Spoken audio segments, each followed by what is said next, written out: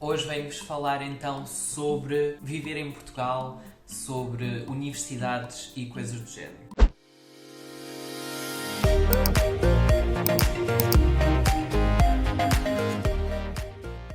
Olá pessoal, sejam bem-vindos a mais um vídeo aqui no meu canal. O meu nome é Mariana Alegria. Não se esqueçam de colocar um like, de subscrever e de me seguir então também lá no Instagram mariana.rafael e, muito importante, ativem o sininho para receberem notificações, como é óbvio.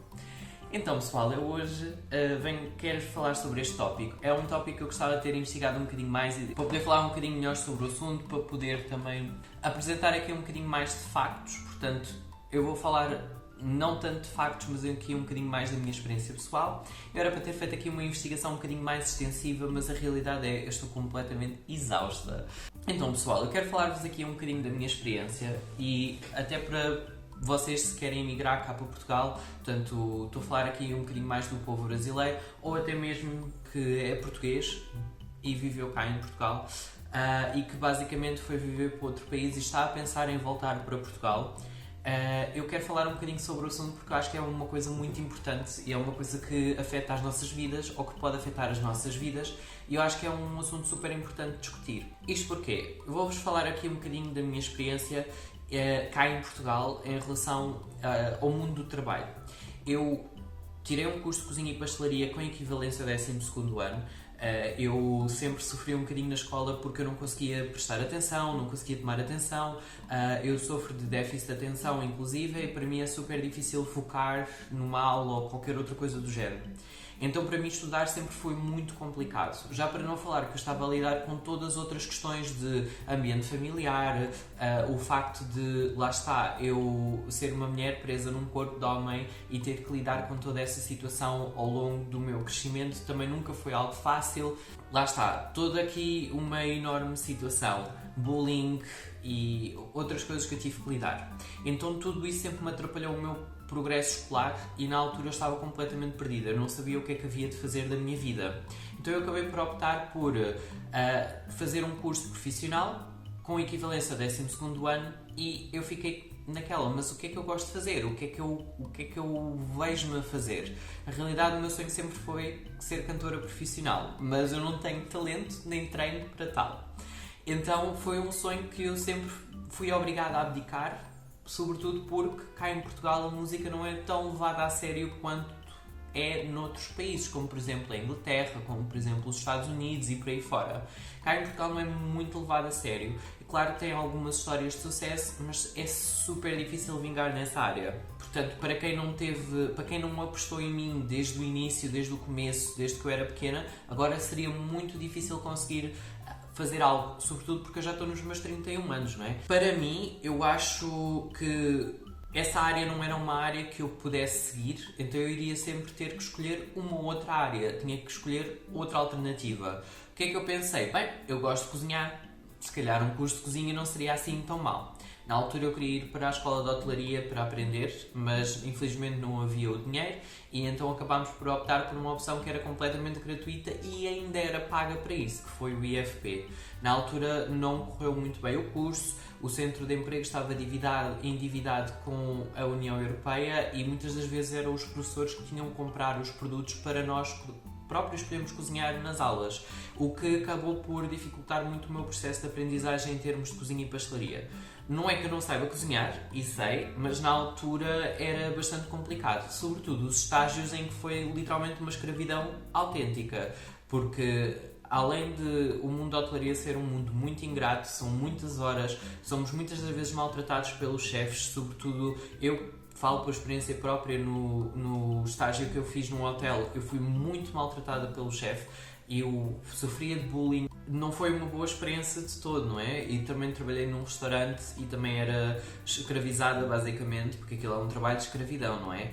Fizeram com que eu perdesse paixão por essa área. Eu ainda tentei ir para a universidade, para fazer um curso de línguas, mas a realidade é que eu falhei no exame de português. Eu tive 9.2, fiz, portanto, eu tirei menos, tirei 4 ou 5, uma coisa assim do género. Fui à segunda fase do exame, tirei 9.2, mas não era o suficiente para entrar na universidade porque eu precisava de 9.5, e depois aquilo que eu fiz então foi literalmente procurar fazer uma reavaliação desse mesmo exame, no qual eu desci outra vez para 6.4. Portanto, eu acabei por não conseguir entrar na universidade e, entretanto, eu saí do Algarve, vim para Lisboa, fui viver outra vez com os meus pais, estava desempregada e surgiu então a oportunidade de trabalhar num call center. Desse call center eu trabalhei, fui despedida, ou melhor, não, mentira, eu despedi-me e depois surgiu a oportunidade de vir trabalhar para outro call center, onde eu já estou a trabalhar então há 8 anos. Na altura era suposto ser algo provisório de 6 meses, até porque na altura call center era um trabalho muito mal visto cá em Portugal e ainda é em relação a muitas coisas, porque muitas das vezes, sobretudo para empréstimos de banco e por aí fora, eles não veem operador de call center em boas luzes. É como se fosse portanto, um trabalho rasca, sabem? De que não me traz muita segurança e por aí fora. Mas a realidade é, eu consegui comprar esta casa porque eu fiquei efetiva num call center, não é? Neste momento, os call centers estão sempre a contratar, e a verdade, sobretudo para vendas, sobretudo para apoio ao cliente e por aí fora, é algo que eu não me revejo a ver após 6 anos e 4 meses de ter estado nessa experiência. Mas claro, se tiver que ser, será, não é? Não é por aí. Mas é um trabalho que ao fim do dia não paga assim tão bem. E depois, claro, depende de projeto para projeto dentro do próprio call center, dependem do cliente que vocês estão a representar e por aí fora. Há pessoas que até acabam por ser bastante bem pagas, e chegou a uma certa altura que agentes meus estavam a receber mais do que eu enquanto eu supervisora. Portanto, nem sempre até compensa crescer dentro da própria empresa. É verdade, call center é um trabalho que estão sempre a precisar. Até para caixas de supermercado e por aí fora também é algo que estão sempre a precisar, mas a realidade é, se nós quisermos um emprego melhor, ou até mesmo se nós depois mais tarde quisermos emigrar de Portugal para outro país, é super complicado. Depois ainda tem todo o facto que, na minha experiência pessoal, não obviamente comigo própria, não é? Mas com outras pessoas brasileiras que eu conheço que sofreram bastante porque ninguém as estava a contratar, ninguém as chamava para entrevistas e por aí fora, por mais experiência que tivessem, por mais curso que tivessem e por aí fora. Depois, outra coisa que também têm que ter atenção é que, se vierem para Portugal, do Brasil, tenham atenção aos vossos estudos, porque vocês podem ter um curso de universidade e por aí fora, mas depois têm que investir bastante dinheiro para ele valer alguma coisa cá em Portugal. Isso é uma situação que aconteceu com a minha colega. A minha colega tem 2 licenciaturas e neste momento cá em Portugal não valem absolutamente nada até ela investir bastante dinheiro para que elas passem a valer cá em Portugal. Eu não sei os nomes, mas vocês certamente vão saber melhor do que eu aí do vosso lado, mas quero-vos trazer um bocadinho aqui a atenção, é que realmente cá em Portugal, sem licenciatura, está muito difícil de arranjar um bom emprego. E o que é que para mim é um bom emprego? Porque isto também é de referir. Para mim, um bom emprego é um emprego que dá-vos um seguro de saúde, que dá-vos alguma estabilidade a nível de contrato. É um emprego que não vos exige que vocês vão até aos confins do universo, literalmente, para trabalhar. E eu sei que no Brasil acontece muitas das vezes vocês terem horas e horas e horas de autocarro, ou comboio, o que for, só para vocês chegarem ao ponto onde vocês querem, seja para ir para uma escola, seja para ir para o vosso local de trabalho e por aí fora, mas isso acaba por não vos trazer qualidade de vida também ao fim do dia. É algo que vocês têm que ter atenção, porque o objetivo de nós trabalharmos é termos também um bocadinho de qualidade de vida. Se nós estivermos sempre a trabalhar para pagar apenas contas, ok, é verdade, estamos vivos, temos comida, temos uma casa onde nós podemos viver e por aí fora, mas de facto não estamos a ter aqui uma boa qualidade de vida, porque nós vivemos literalmente para pagar contas, e isso não é para mim o ideal, nem é aquilo que eu procuro. Eu quero chegar a algum dia e poder literalmente viver. Eu pago esta casa, eu pago cerca de 700 € por esta casa, e não é o mais caro.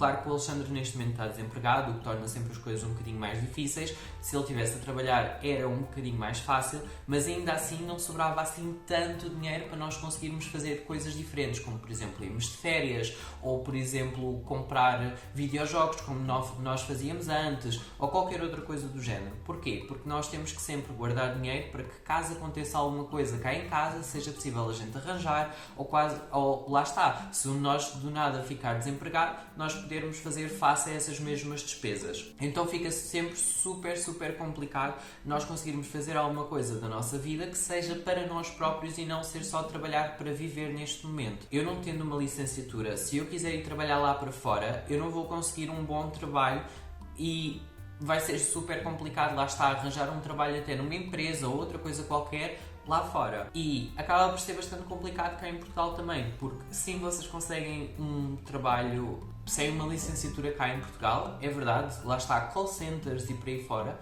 mas se vocês quiserem ter um trabalho de facto decente, em que vocês recebam decentemente, nem digo bem, mas que recebam decentemente, que dê para vocês viverem sem viver só para pagar as contas, é muito complicado.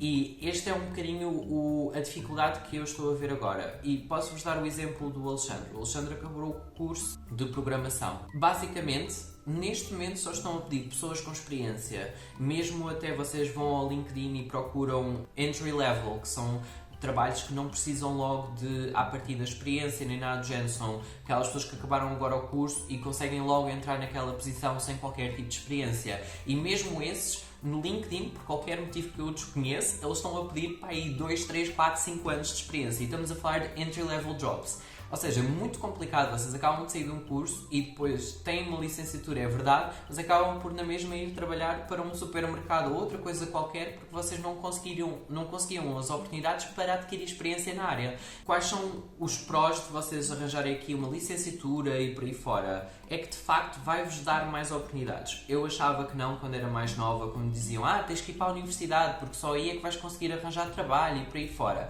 Não é bem assim. Isso era um exagero de facto. Mas para arranjar um bom trabalho, convém vocês terem uma licenciatura. E depois também depende da área em que vocês tirarem licenciatura. Cá em Portugal, psicologia é uma área que é super difícil.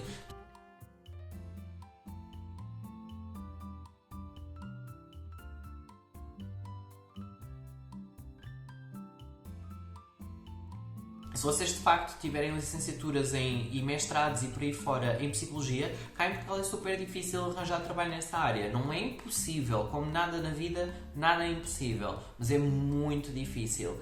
E muita gente que acaba o curso de psicologia acaba por desistir e vai trabalhar para um call center, ou para um supermercado, ou vai estudar outra vez para mudar de curso, o que quer que seja. O meu objetivo é um dia, se tudo correr bem, poder tirar Engenharia Informática na universidade. É algo que eu quero ir procurar e ver se consigo, mas a realidade é que eu não tenho dinheiro para pagar a universidade por mais que eu queira. Não neste momento. E só iria conseguir se eu tivesse uma bolsa de estudo. E outra coisa que eu quero falar com vocês é que realmente, por exemplo, eu um dia quero sair de Portugal e ir viver para outro país, só que é um bocadinho desesperante, porque realmente sem eu ter um curso, sem eu ter qualquer valor para dar a uma empresa, e atenção, não é que eu já não tenha, eu tenho imensa experiência em trabalho administrativo, em vendas, apoio ao cliente, a gerir uma equipa, eu tenho imensa experiência que seria ótima para uma empresa, mas nada disso interessa se vocês não tiverem um papelzinho a provar que vocês são bons no que quer que seja. Vocês podem ser bons em tudo, mas sem um papel, sem um diploma, sem algo para mostrar, vocês não valem nada. E o pior é que a experiência eu já tenho, agora falta-me o papel. E é super difícil obter esse mesmo papel. Eu acho que se vocês quiserem vir para Portugal, têm que pensar muito bem se são licenciados, que tipo de curso é que vocês têm, se dentro desse curso cá em Portugal vocês iriam ter alguma saída profissional. Podem haver através do Indeed, através do Net Empregos, através de uma série de outros sites portugueses que vocês conseguem verificar se têm trabalho ou não. E eu sei de muita gente que só voltou para Portugal por causa do clima. Porque em Portugal faz sol. Uau, fantástico, amazing. É tipo só a razão mais estúpida para uma pessoa voltar a este país seria somente essa. Mas Claro, há outras coisas. O facto de ser um país seguro, o facto de ter, lá está, um bom clima, o facto de poderem ter família cá em Portugal e por aí fora, eu consigo ver todos esses motivos. Agora, tem que avaliar sempre os prós e os contras, porque se de facto os prós forem superiores aos contras, versus o país onde vocês estão a viver neste momento, se calhar pode compensar. Só que Portugal não é aquilo que às vezes fazem parecer. Não é só o clima e por aí fora. É rendas altíssimas, comida altíssima, ordenados baixíssimos e muitas das vezes pobres condições que os empregadores dão, porque também descontam imenso para o Estado só para poderem pagar um bom ordenado, que é algo que deveria completamente mudar cá em Portugal. Depois tem toda a situação agora política que está a acontecer. Eu tento nem ver nem acompanhar essas tristezas, porque senão acho que ainda vou deprimir mais. Façam a vossa investigação, que é o mais importante, e tentem verificar sempre outras coisas. Se vocês ouvirem um youtuber a falar só bem de algo, é um bocadinho estranho, porque tudo tem os prós, tudo tem um bom e tudo tem o seu mau. Portanto, se vocês estiverem a ver vídeos sobre Portugal e a pensar, se calhar era uma boa ideia vir para aqui, e se vocês só estiverem a ouvir bem sobre o assunto, desconfiem, porque quando a esmola é muito, o pobre desconfia. Tentem ver outras opiniões e tentem verificar se há alguém a falar mal sobre o assunto. Porque se houver alguém a falar mal sobre o assunto, pelo menos vocês já sabem que, ok, nem tudo é bom, também tem o seu lado mau. E aí dá para vocês terem um bocadinho melhor os prós e os contras também de vir para cá. Pensem no assunto, deixo-vos aqui com esta. Acho que já chega, já falei demasiado, estou cheia de sede.